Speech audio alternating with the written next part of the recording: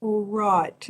Secretariat, do we have the teleconference representatives on now for the department? Yes, we do, Senator. Terrific. Thank you very much. So I now welcome representatives from the Department of Infrastructure, Transport, Regional Development and Communications via teleconference. For the Hansard record, could you please give your name and the capacity in which you appear today? Good morning. It's Diane Brown. I'm the Acting Deputy Secretary Transport in the department.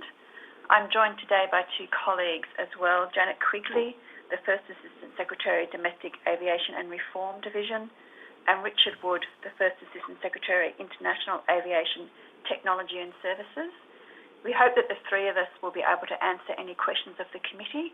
I do have other staff members, Assistant Secretaries on the line. If we need to, we can refer questions to them, in which case we would invite them to also indicate who they are at that time and join the meeting if that arrangement is satisfactory to the committee. Thank you very much. Let's see how we go and if you're able to assist the committee with their questions or if we need to go to your colleagues. Senator Sheldon, could I start with you, please?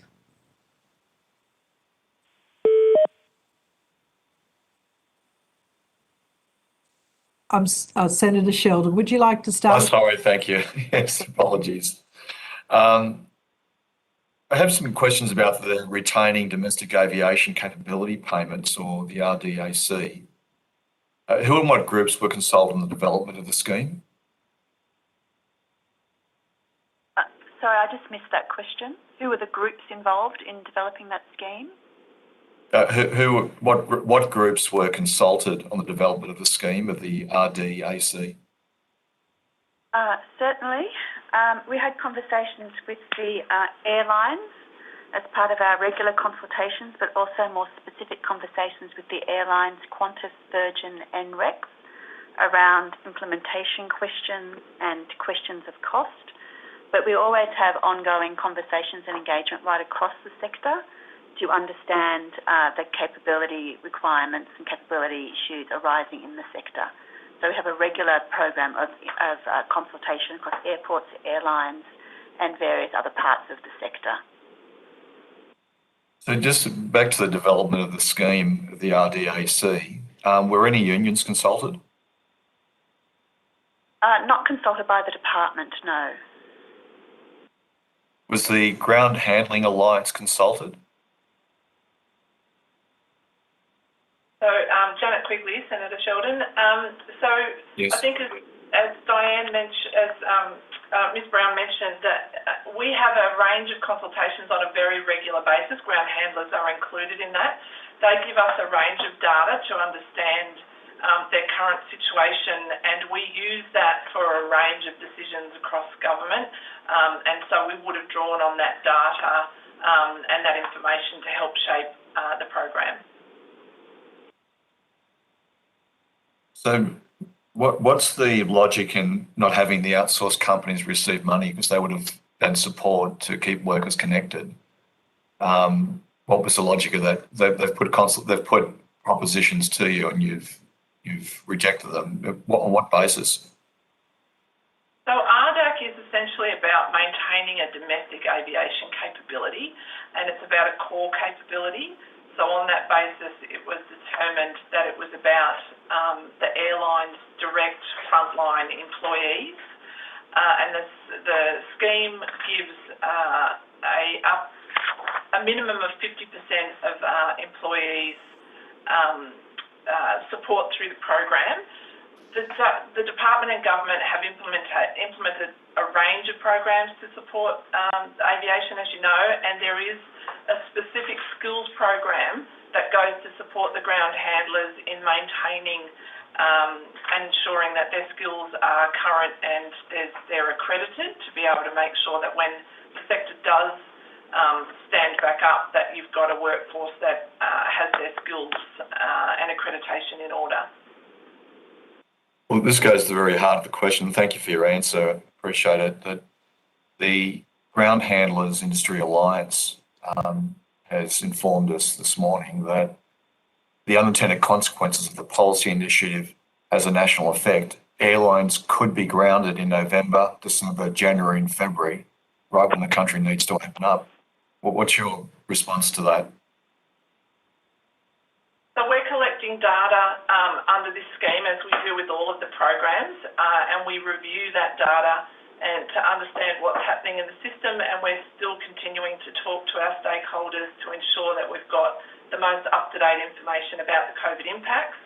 We'll feed that into government with any future decisions. This program, as you're probably aware, is a 12-week program, and we'll be able to assess the future impacts and be able to provide advice to government as needed in terms of whether there's any further support that's considered. Has there been any recommendations for the airlines, this concern about the November, December, January, February period that planes will be grounded? Has any policy been specifically put in place, not consultation, but policy, to make sure that the concerns raised by a series of parties, including the Ground Handlers Industry Alliance, are being met? So we provide advice to government on a range of issues and on a fairly regular basis in terms of aviation. We will be able to provide advice to government as the program rolls out. And as I mentioned, we'll be able to provide information on the sector, which we do on a regular basis, and then any future decisions around the program will be a matter for government.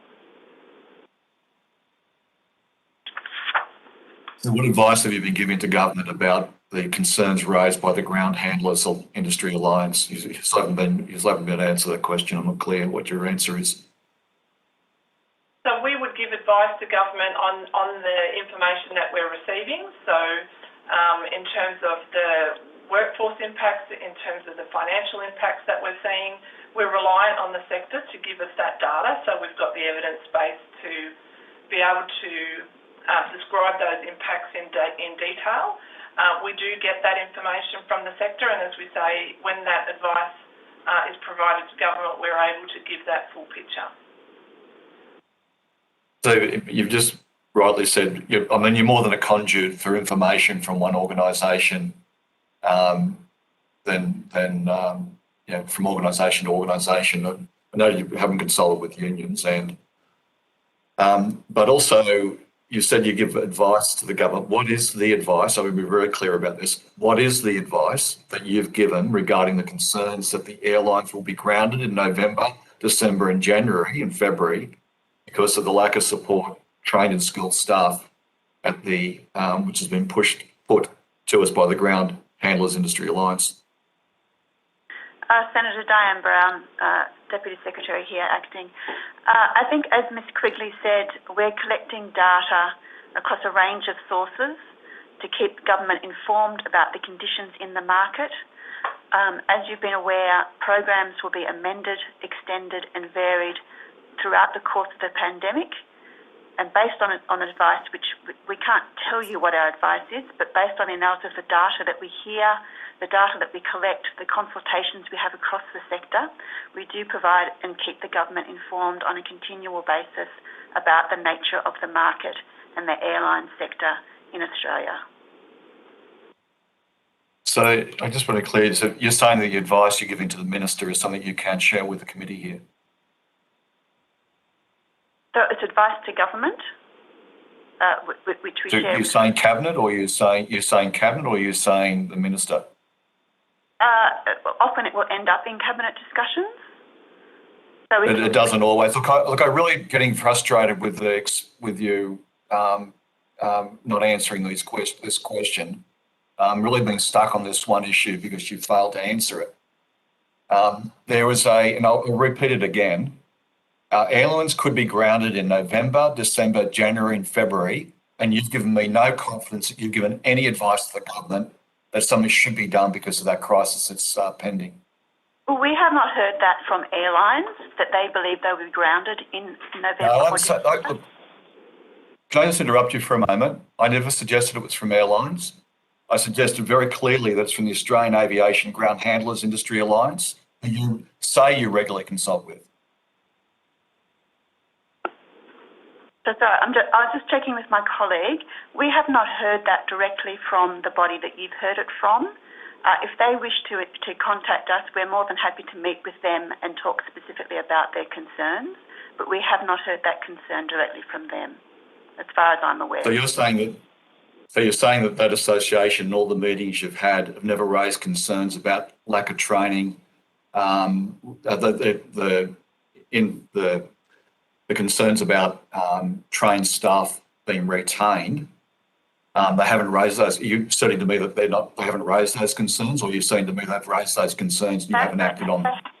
They have raised concerns about maintaining capability, and as Ms Quigley said, there is a government program, this Aviation Services Accredited Support Program, that was put in place to maintain capability of ground support staff. We do meet with them, we do hear their concerns, but we haven't heard the specific concern that you raised about airlines being grounded in November. That was what I was referring to. Right, thanks. It was November, December, January and February. But I'm asking you a more broader question, and that is that because you're saying that you haven't had those concerns raised about from the Ground Handling Alliance, it just seems unplausible the way you're answering the question, because there's been a whole series of public statements from that association, which I gather you monitor, which you can answer in a moment. I gather that they've had meetings with you, they've raised these concerns about the non-retention of staff because of the fact that you've given money in some circumstances only to the airlines, as you've outlined. So, is still saying to me that there's been no concerns raised?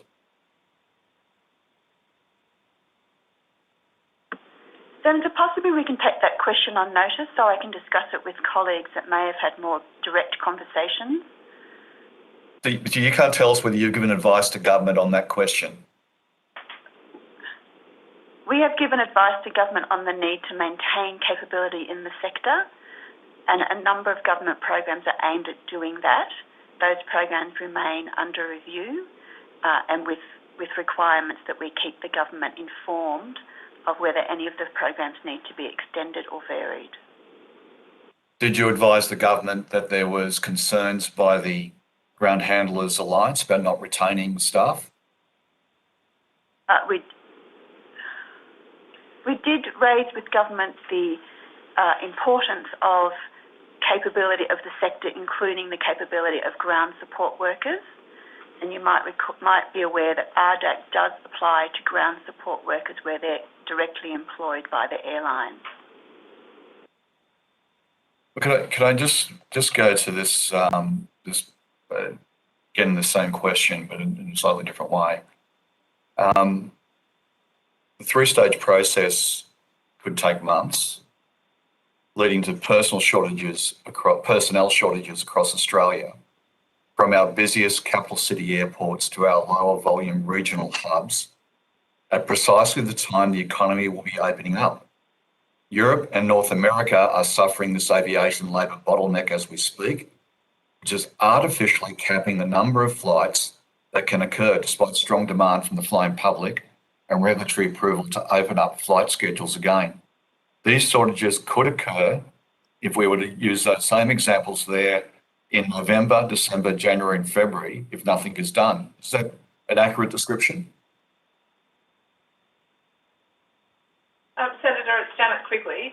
I think as Ms Brown said, the programs that we've got in place are targeted and set up so that we can review them on a regular basis to amend and adjust as needed.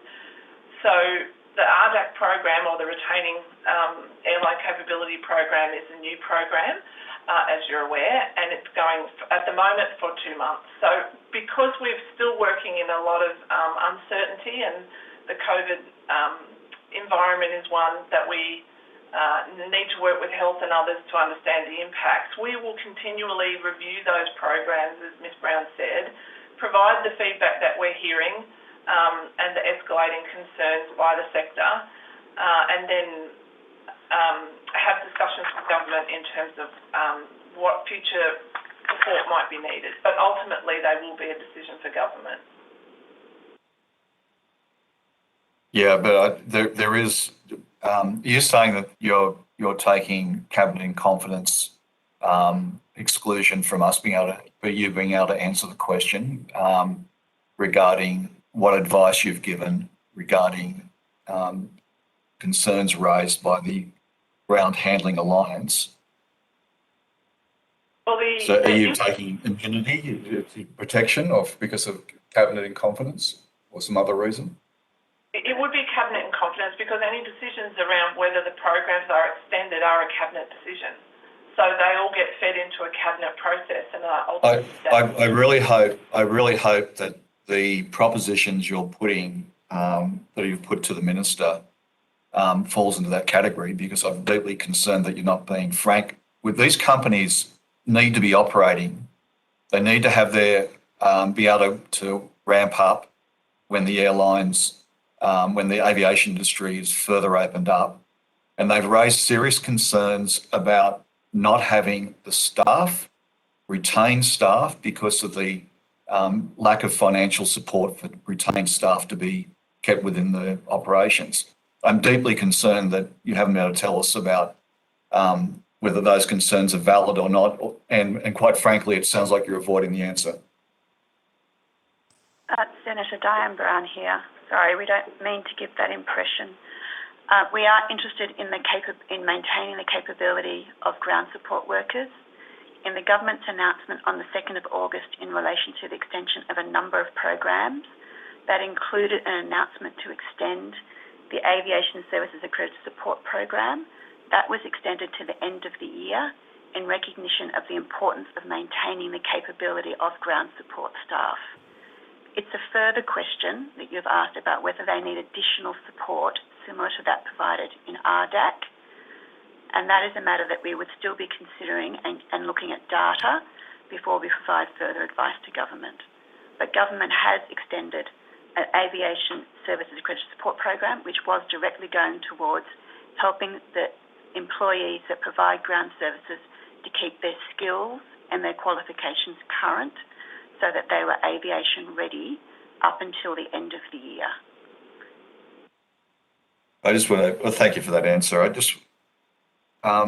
Is the department's view that 11,000 people working for companies like Donata or Swissport don't need the same financial support that the airlines do in the way of retaining staff? So the skills package is open to Donata and Swissport. So we've got all ground handling companies can avail themselves of that support through the skills package. I'm specifically asking about, sorry, my apologies if you've misunderstood what I've asked, but I've made it clear. These companies have raised the fact that the arrangements that are like, they're not against the arrangements for airlines, quite the opposite. On the retention money that's been paid over, they may have a view about how it more effectively can be done, but what concerns they've raised, deep concerns they've raised, and that is that they aren't receiving the same support financially to retain staff. I appreciate you've told me about retention, but you've told me about training, but the question is about retaining staff that don't go off to other jobs. Senator Diane Brown, it is true that the ground support staff, where they're not directly employed by airlines, are not receiving the same support as the airlines, though they may qualify for other support, and government, in deciding what support to provide, considers the range of support that may be available to a business or a sector, as well as the circumstances of the sector, which could include other sources of capital or support that they may have available to them. It then is a decision of government as to who the programs apply to, and it was a decision of government that RDAC apply to airlines. Can you inform us why the ground handling companies were left out?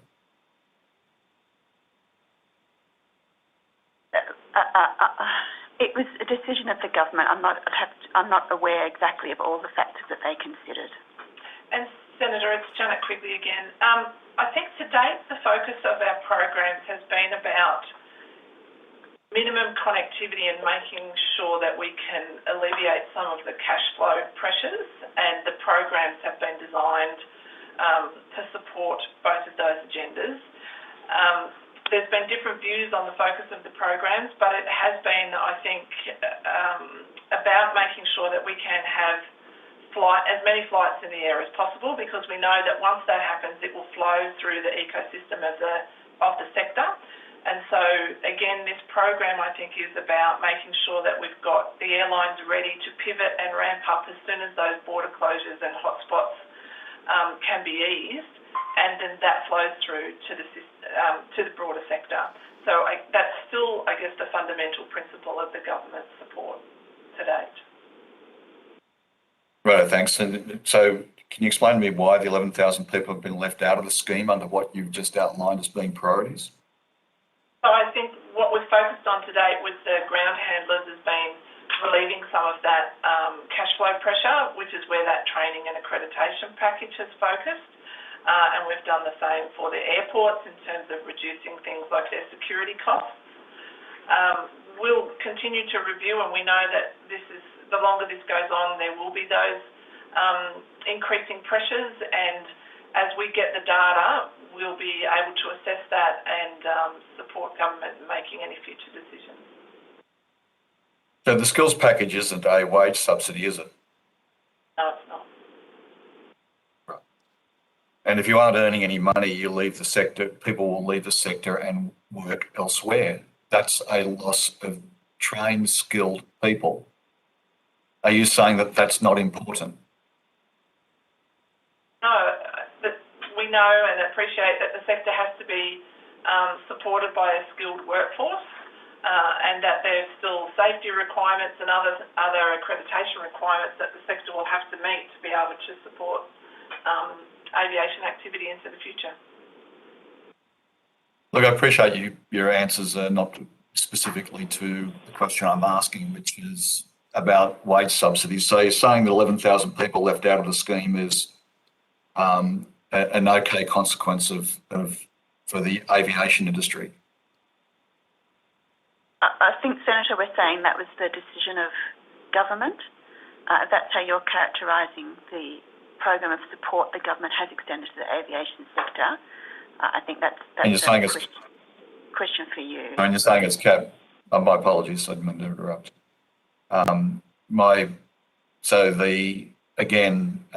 These are matters which are specifically cabinet in confidence, or are they matters that you are able to answer today?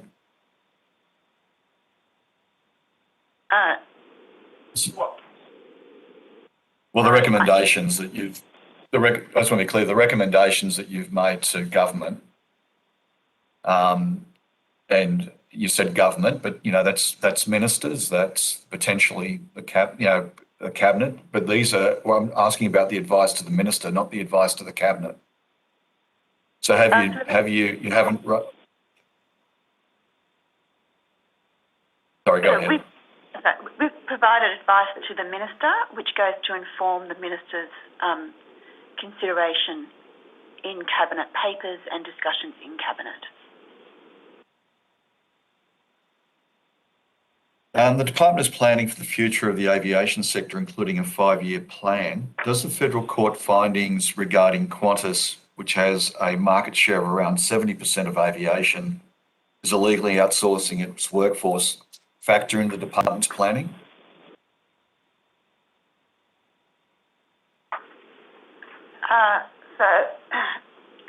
Excuse me, Brian Brown again. The department is still. I might need to get Ms. Quigley to refer, or Mr. Wood to refer about the particular federal court inquiry that you've referenced. But the government is still developing its response to the aviation sector. We continue to provide advice to government. The government has announced some initiatives that will help the industry post the pandemic. They go to the National Emerging Aviation Technology Policy Statement released in May. We're also doing work into Sydney Airport demand management.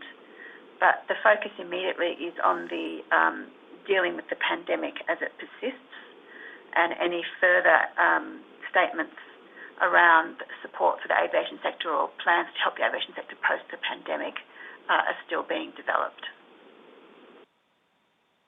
So there hasn't been a consideration to the 2,000 jobs that have now been found to be illegally outsourced, as those 2,000 jobs obviously would receive some form of support because they're no longer working for outsourced companies, they've been working for Qantas. Has consideration been given to that?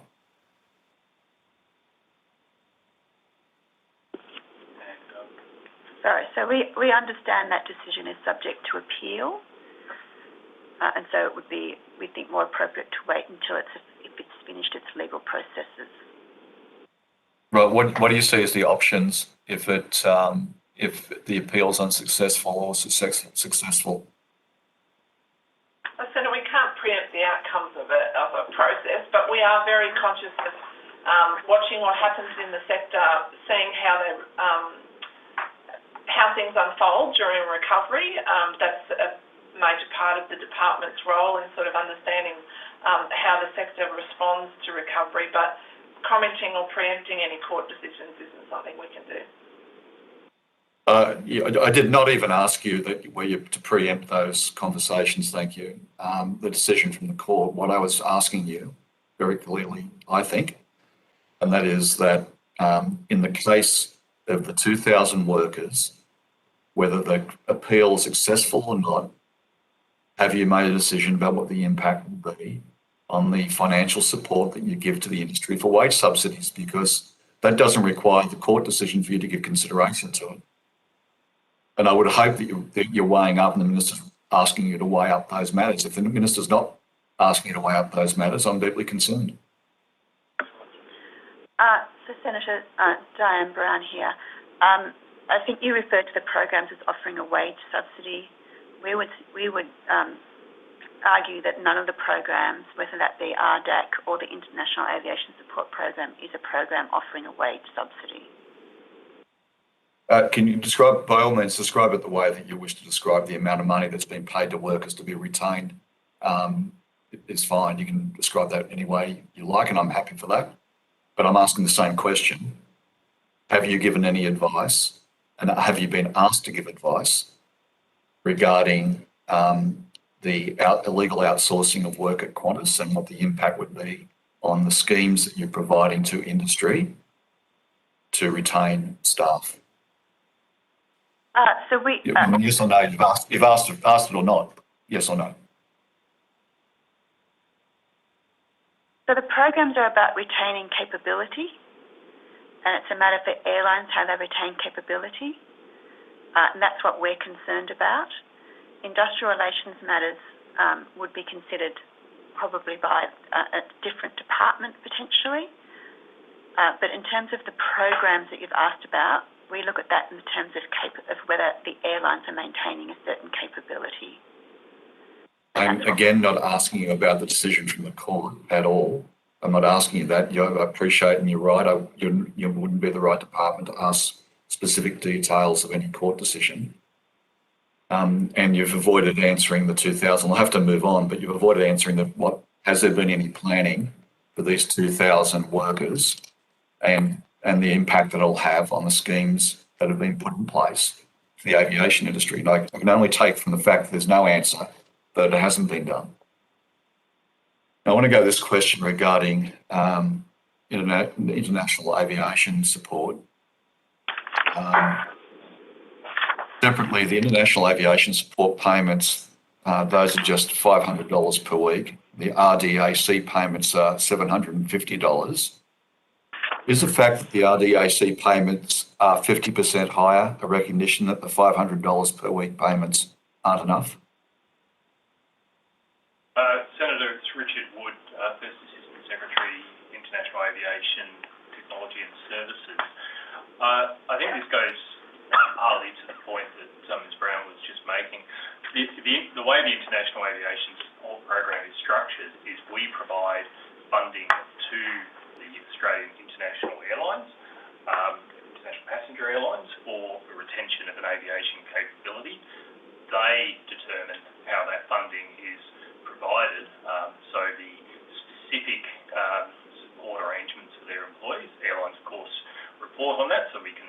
funding, but the amount of funding that they provide to their staff is ultimately a matter for the airline schemes that they establish. We do not mandate in the international aviation support package how much airlines actually pay to their staff. Just on the international aviation support payments are scheduled to finish in October as well. Is that because we expected the vaccine rollout to be more progressed by next month? I think, Senator, the international aviation support package was commenced, was announced in March, and obviously circumstances have changed since then. At that time, there was announcements by airlines that they were considering operations in the later part of this year. Those circumstances have changed. As has been indicated previously, the program will be reviewed prior to it expiring in the 31st of October, and it will need to, obviously our advice to government will consider things such as the state of the market and the likelihood and timing of potential reopening. And has consideration been given to, in light of the fact that we're now looking at December 17th, if I got the date correct, for the reopening, as the department made any recommendations to the minister that it should be extended to the areas such as raised by the Ground Handling Industry Alliance, that the wage subsidy scheme should be extended to there? Senator, we're in the process of finalising advice to government on the scope of the program, or on the program post 31st October should it continue. So we haven't provided advice to government on issues on the future of the program at this stage, but we'll be doing so shortly. I can't go to the scope of that advice; it's yet to be determined. Just the on the question of the monies that are being paid for wage subsidies, which are occurring within the industry, do you concur with the views from the Ground Handlers Industry Alliance that large numbers of people are leaving the industry?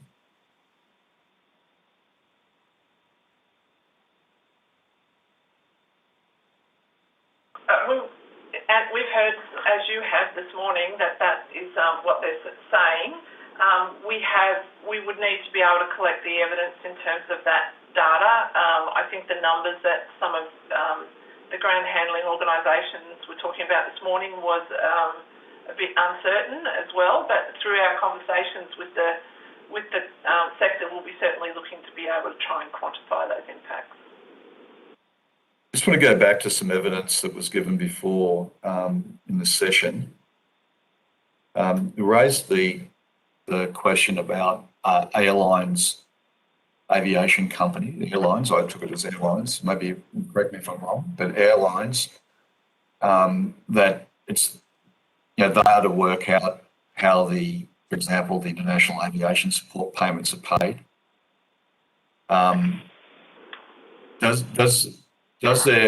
Is there concern that companies are making arbitrary decisions which may not be in the national interest because they're thinking about how can I, for example, if you're Alan Joyce, you've got 70% of the market and he's probably trying to work out how he gets more. So aren't you concerned about there being a robust outsource industry plus a robust system that keeps to account the airlines will not always operate in the national interest? So Senator, each of the programs, both the International Aviation Support Scheme and the RDAC, are subject to program guidelines. Those guidelines set out what are the eligible uses for which money can be used, as well as uses for which money cannot be used. The programs are subject to rigorous reporting on a regular basis, sometimes as much as weekly, so that we ensure compliance with the program guidelines and that the funds are being used only in accordance with the program guidelines. Chair, I'll move back to you when you call me, but I've got a few more questions, so I'm just mindful of time. Thank you, Senator Sheldon. Look, I would just like to ask a couple of questions, and then if Senator McCarthy doesn't have questions, I'll go back to you. I just wanted to ask, with regard to the ground support staff package, would you be able to detail a little further for me, please? Sorry, I missed the end of that. Would we be able to detail the program? Yes, thank you. So I'll start, and my colleague Mr. Demosky may come in with some more detail. But it's called the Aviation Services Accreditation Support Program. It was announced on the 11th of March, and it provides $52 million of relief directly to ground handling providers for training and certification of new and existing staff. It's a grants program, and as Ms Brown mentioned, we've extended the time frame now until the end of the year. So it covers the costs of training of staff that require accreditation and skills to be maintained and to be current for them to be able to return as the aviation sector activity increases. Diane Brown, maybe if I could just add here a little bit of extra detail. Grant agreements have been executed with 13 eligible applicants. One additional application is currently being assessed. The applications included applications from small ground handling providers in regional airports to major providers servicing city and international airports. So it is a broad program that is supporting right across the sector. And I just wasn't sure. Senator Sheldon was asking some questions about consultation. My understanding was that you said you had consulted with some of the groups that were named, the Ground Handlers Industry Alliance, amongst those. So did I understand that correctly, or did I miss something there? So we get regular correspondence from across the sector in terms of the kinds of support that they need and would be seeking from government. And we engage on a regular basis. So we would take that information and feed that into any of the design of the program. I would imagine that you're getting correspondence from lots of different sectors over their challenges going through COVID at the moment. So I guess that's not surprising, including truck drivers and other infrastructure supply chain industry groups. I think there's a lot of distress right across Australia, isn't there, about how we keep people connected to industries that are just really challenged at the moment. Thank you. That was. I just wanted to clarify that about the ground support packages. Senator McCarthy, do you have questions, or shall I go back to Senator Sheldon? No, I'm fine, Senator. I'll put mine on questions on notice, so Senator Sheldon can take my time. Thank you. Terrific. Thank you. Back to you, Senator Sheldon. Good. Thank you very much, Chair. I just want to move to the Tourism Aviation Network support. When JobKeeper ended, the program intended to replace it with subsidised airfares through the Tourism Aviation Network Support, or TANS program. Is it fair to say that over the last few months, much of the country in and out of lockdowns, that the TANS program has done very little to support any aviation workers? So the program was, as you say, established to provide 50% reductions on domestic fares. It had a significant uptake in the beginning of the program, but I would agree that the travel has slowed, as you would expect, with limited movements and restrictions across states, that the travel for tourism-related activity has certainly slowed down significantly. Ms Brown here. In recognition of that, the government has, as we've said previously, looked at all their programs and varied them when they needed to. And this was another program that has been extended. Initially, tickets had to be booked by the 31st of travel for September by 30 September. This has now been extended to the 30th November to make sure that the program can have the full effect and help tourism and regional economies as much as possible. So that would allow... Thank you. When TANS was introduced, was the assumption that we wouldn't be suffering from more lockdowns like those we've had over the last few months? I think it was very difficult for us to predict what was going to happen in the future, but this program was certainly meant to stimulate activity, both in terms of driving increased activity on airlines and across the aviation sector, but also to stimulate that economic tourism activity in those agreed regions. So there wasn't if I understand correctly, you're saying to me there wasn't preparation that there might be further lockdowns, and we have to think about how TANS might be applied in those circumstances. The effectiveness of the program, TANS program, was no review of that, no consideration. I think we've set the programs up so that we can amend and adjust as needed, because we've had to do that ever since we've started with the support last year. So we've certainly created enough flexibility in the systems to be able to pivot and flex as that recovery, we would hope, would have been better than now, but again, we've adjusted the program to reflect the current situation. And the programs are designed to give us that flexibility because it's a non-linear recovery, and we've seen that the whole way through. So were lockdowns in the calculation of the TANS program, that the lockdowns may continue? The program was around a period of time again, and I think we were prepared for there to need to be adjustments if that had to occur. Sorry, I'm not really clear on your answer. Does that mean that lockdowns were considered as part of the program? But contingencies were there for us to be able to recognise that the situation may change. I mean, we weren't going to predict that there were going to be hotspots or lockdowns, because that's difficult for anybody to do, but I think we recognise that it's a volatile environment and the programs are flexible enough to respond to that. And how many TANS tickets have been sold since the Sydney lockdown started on the 26th of June?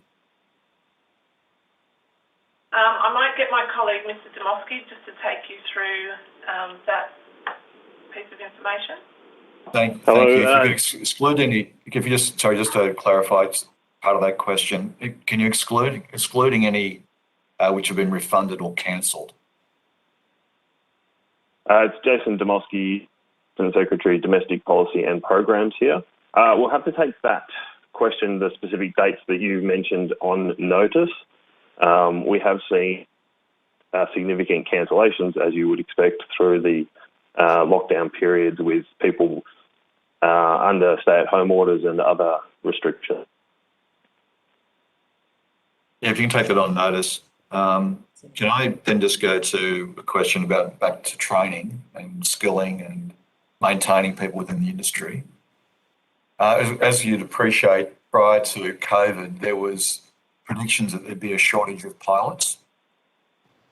When the aviation industry restarts, there'd be, logic says that not only would there be a prediction for shortage of pilots to continue, but it might be more exacerbated because of the fact that people have left the industry. Part of that exasperation of leaving the industry, as I understand it, is that exasperation with the industry. Part of the consequences of that is that those that have left companies aren't able to get training initiatives for their ongoing licensing and also retraining, because they're no longer working for a particular airline. Have you looked at addressing that issue? So I think in terms of the recovery plan that we're looking at, workforce is going to be a key part of that, and understanding how COVID is going to impact particular parts of the workforce, and pilots would be one of those. So that work is ongoing. We haven't got a position on that, but we are certainly considering that in detail. I'll then include licensed engineers. There are other, obviously, even security guards at airports, which have to be able to properly check baggage, require many weeks of mentoring. Has a consideration been given to those workers that are have to that have either left the industry or and how to retain those people so we're ready for ramping back up? So when we're thinking about the workforce, we're thinking across the spectrum of the workforce, and certainly appreciate that there is a range of skills that are required depending on the workforce makeup. So we will be, when we're considering workforce, it will be looking at the sector's workforce. So as I say, we're still working through that. We haven't got any definitive outcomes, but and are relying on the sector to give us the data that we need to unpack that further. Since we're just a few seconds left, I'll hand back to the chair. Oh, your timing is quite excellent. Thank you very much, Senator Sheldon. Thank you very much to you, Ms Brown, Ms Quigley, Mr Wood and other department officials who've come on. Thank you for your time preparing for today, for your presentation.